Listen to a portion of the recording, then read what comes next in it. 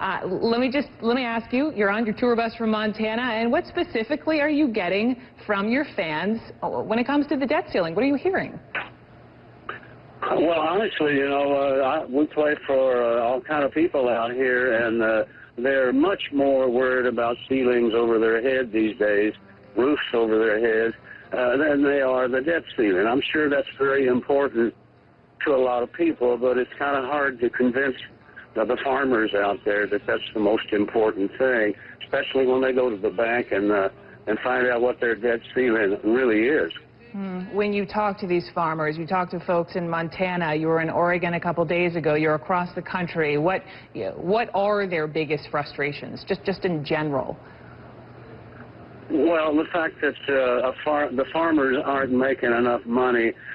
We could really utilize our family farmers, our small family farmers, a lot more than we do. They can grow our food and our fuel.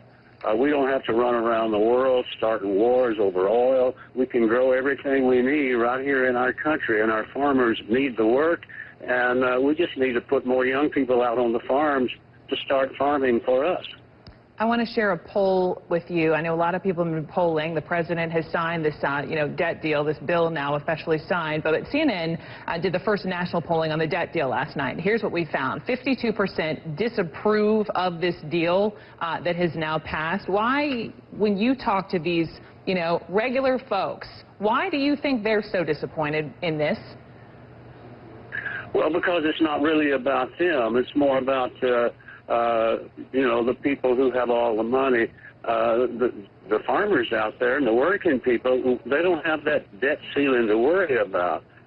Have you heard about the Teapot Party? I've heard of the Tea Party. No, this is a new one.